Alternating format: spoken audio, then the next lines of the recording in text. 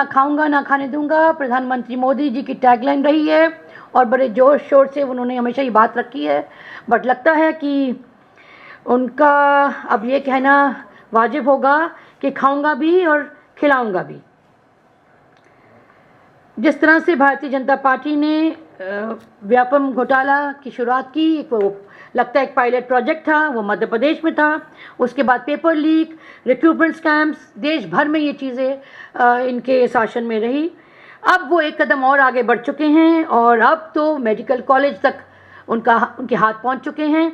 और किस तरह से फेक मेडिकल कॉलेजेस को परमिशन दी जाती है, नेक्सस जो फैला गया है, फॉर्ज डॉक्यूमेंट्स दिए जाते हैं, फैकल्टी जो कि परमानेंट होनी चाहिए वो टेम्पररी दिखाई जाती है, फेक फैकल्टी होती है, पेशेंट तक फेक मंगवाए जाते हैं, दिखाए जाते हैं जाकि उनको अप्रूवल मिल जाए।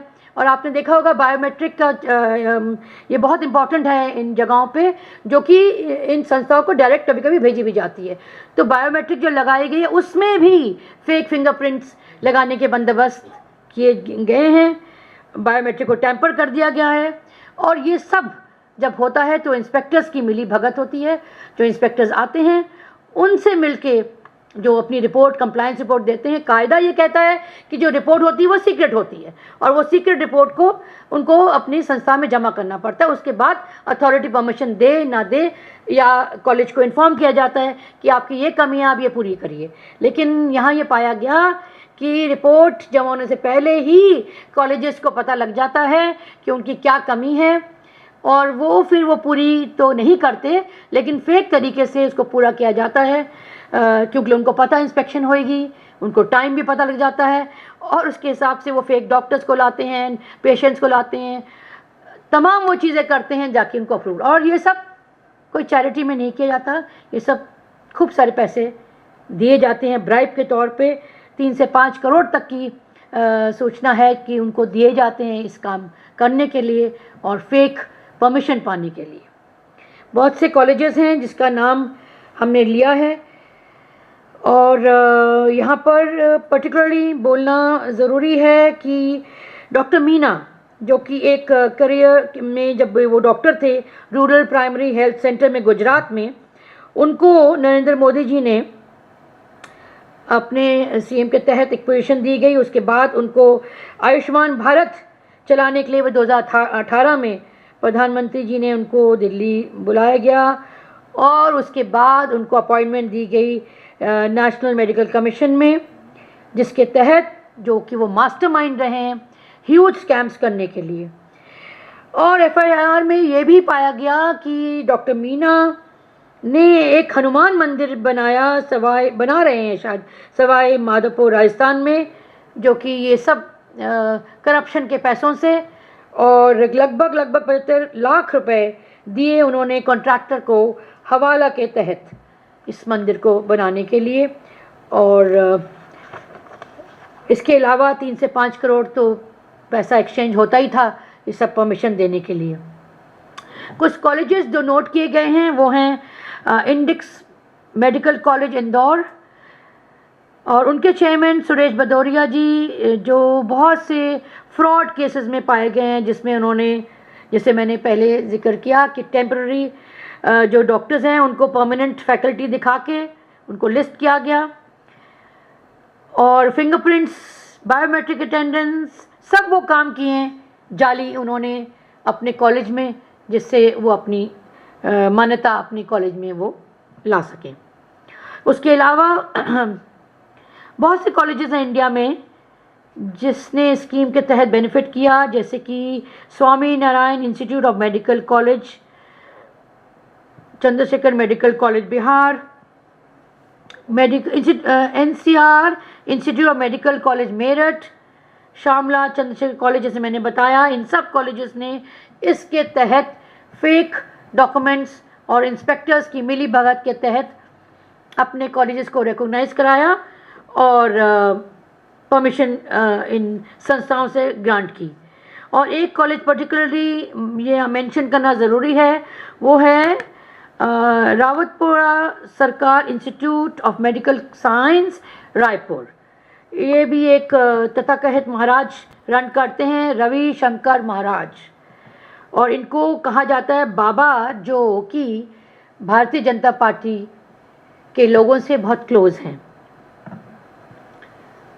और इनके ऊपर एलिगेशन है कि इन्होंने गवर्नमेंट से नाजायज़ फ़ायदा उठाया, उनको गवर्नमेंट स्कीम से बहुत से फ़ायदे उठाए उन्होंने, road access projects, electricity subsidies, तमाम वो चीज़ें की इलीगल तहत, और अपने बाबा होने के नाते भारतीय जनता पार्टी से इन सब चीज़ों से इलीगल तरीके से फ़ायदा उठाया।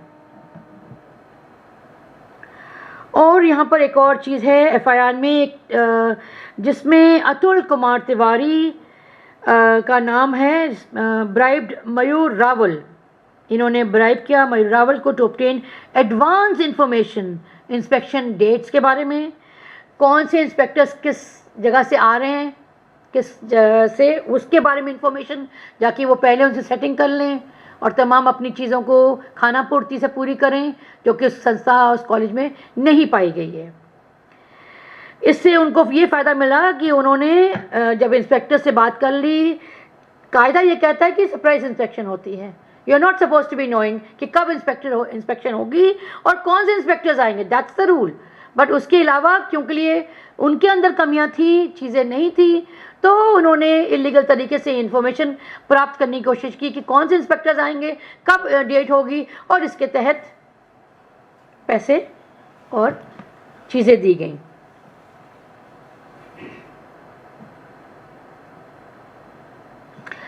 सीबीआई ने 30 जून 2025 में जो एफआईआर की है उसमें 35 नाम दिए गए हैं, including from the union health ministry, national medical commission and private college representatives के नाम एफआईआर में दिए गए हैं 2025 30 जून में जो सीबीआई ने दी है। बट हैरत ये होती है कि क्या union health minister Shri JP Nadda, जिनके तहत ये मिनिस्ट्री चलती है, जिनके तहत ये सब संस्थाएं आती हैं, क्या वो जिम्मेवार नहीं है? क्या उनकी कोई अकाउंटेबिलिटी नहीं है? क्या वो जिम्मेवारी नहीं लेंगे, या आदत के जैसे बीजेपी की हैबिट है कि देख के भी अनदेखा करना और कोई फ़र्क नहीं पड़ता इनको, क्योंकि इनको लगता है कि कुछ भी इनके राज्य में चल सकता है, इनके राज शासन में चल सकता है कि कुछ भी करप्शन करें, खिलवाड़ हो जाए मेडिकल कॉलेज के साथ या फार्मेसी के साथ, बच्चों का भविष्य अंधकार में हो जाए, लेकिन इनको आँच नहीं आएगी। क्या उनकी जिम्मेवारी नहीं है? क्या सीबीआई इस पर प्रश्न नहीं पूछेगी? ऐसे ही फार्मेसी काउंसिल के मैंने आपके सामने कहा, उसमें भी फार्मेसी काउंसिल ऑफ इंडिया, उसमें तो एफआईआर जो हैं डॉक्टर मोंटू पटेल, जो कि पीसीआई के प्रेसिडेंट हैं, उन्होंने तो एक कदम आगे ही बढ़ के रेगुलेटरी बॉडी में ही घोटाले कर दिए और एक तरह से प्राइवेट क्लब हम कहेंगे, जैसे होता है ना प्राइवेट मेंबरशिप, मेरा ही ये क्लब है, मैं जो चाहे करूं, जिसको मैं परमिशन दूं ना दूं, सब रूल को अनदेखा करते हुए उन्होंने तो एक रैकेट ही चला दिया, जिसमें उन्होंने खूब सारे रिकॉग्निशन फार्मा कॉलेजेस को दिए।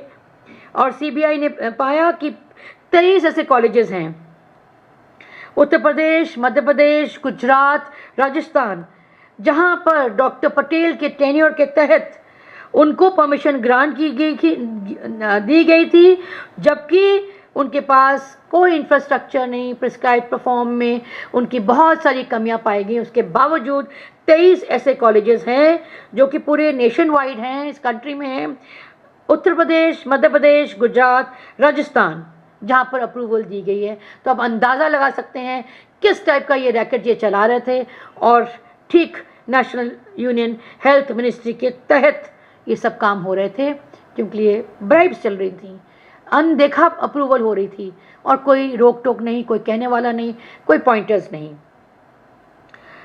6 कॉलेजेस के नाम यहाँ मेंशन करने ज़रूरी हैं।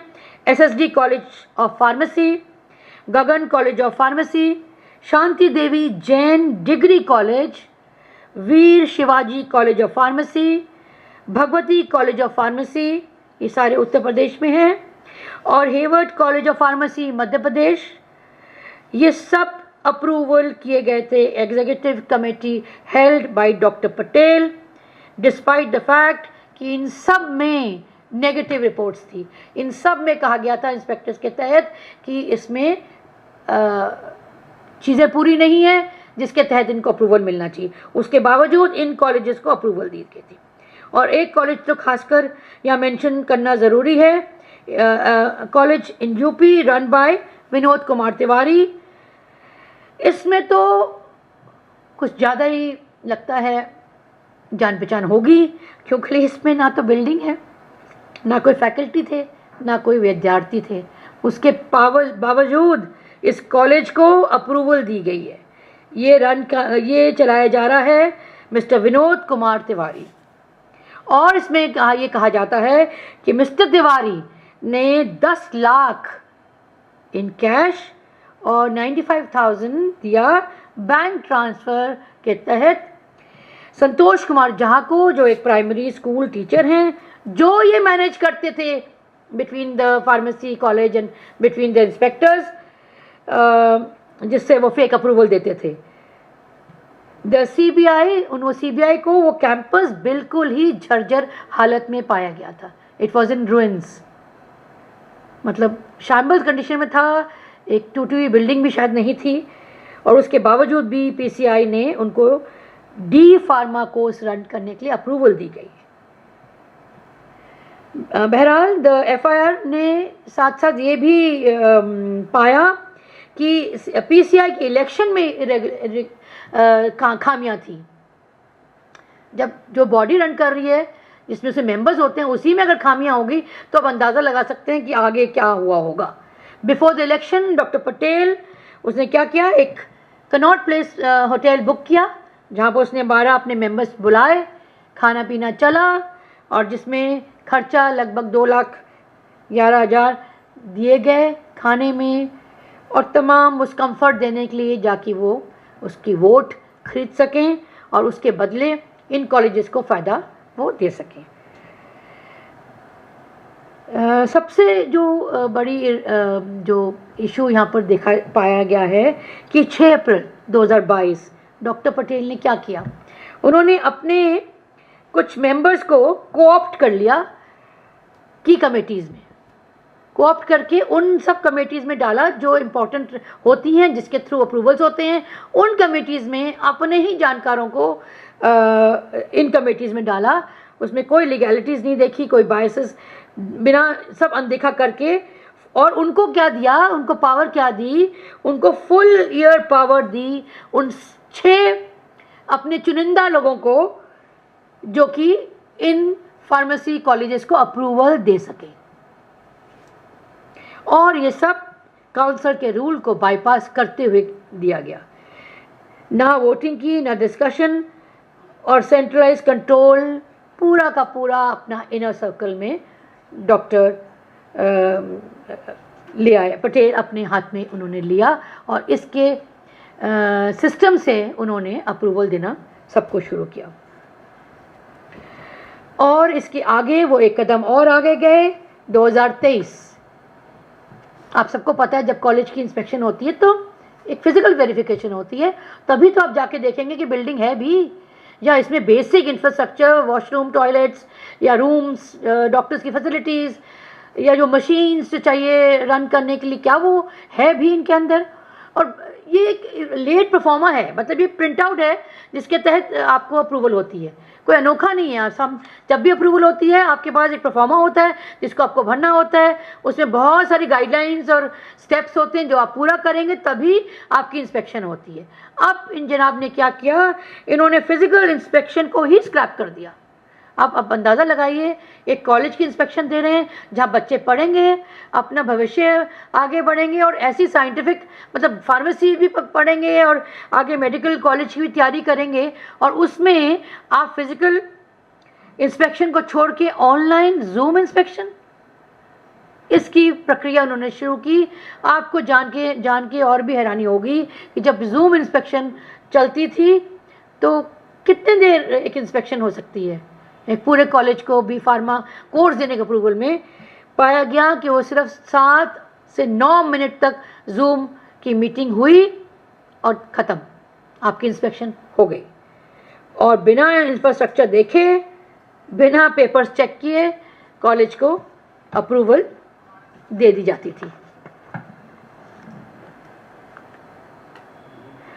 गूगल लिंक फॉर्म निकाला जाता है जिसके थ्रू एप्लीकेशन आती है, सब कॉलेजेस उसके थ्रू ही देते हैं। अब आपको कोई कोर्स चाहिए, और 908 एप्लीकेशंस आई थी, और जिसमें से 870 को इन्होंने शॉर्टलिस्ट किया ऑनलाइन इंस्पेक्शन करने के लिए। और इससे आगे क्या ही कहें, डीजी फार्मा करके जो ऐप है, सॉफ्टवेयर जिसके थ्रू ये वेरिफिकेशन और चेकिंग होती है, उस सॉफ्टवेयर को भी टैम्पर कर दिया गया। 14 अक्टूबर 2022 उसका एक्सेस भी पीसीआई ऑफिशियल्स को ब्लॉक कर दिया गया, जबकि इंस्पेक्शन चल रही थी।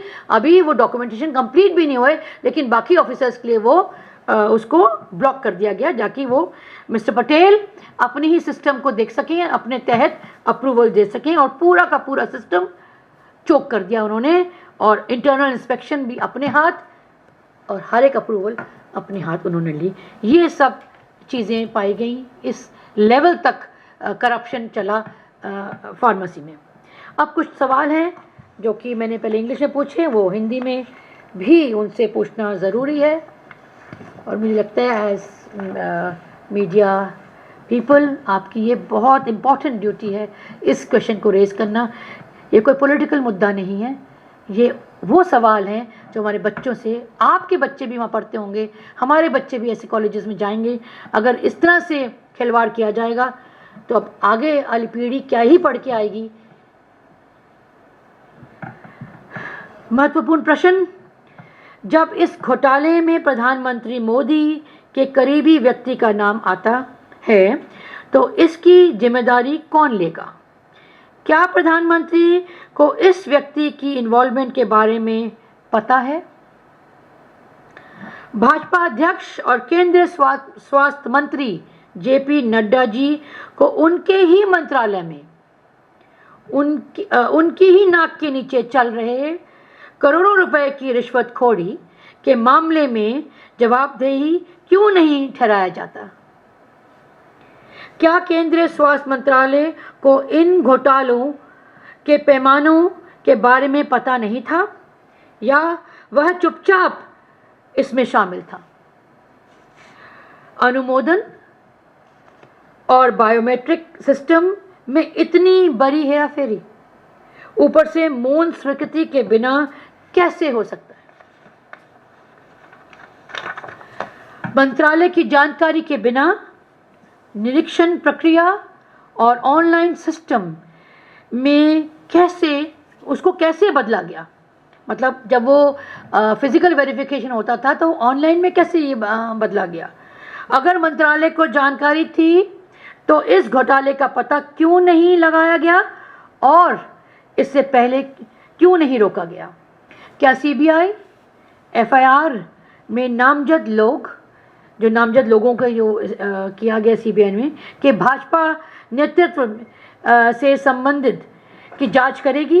क्या सीबीआई भाजपा अध्यक्ष जेपी नड्डा जी का नाम लेगी?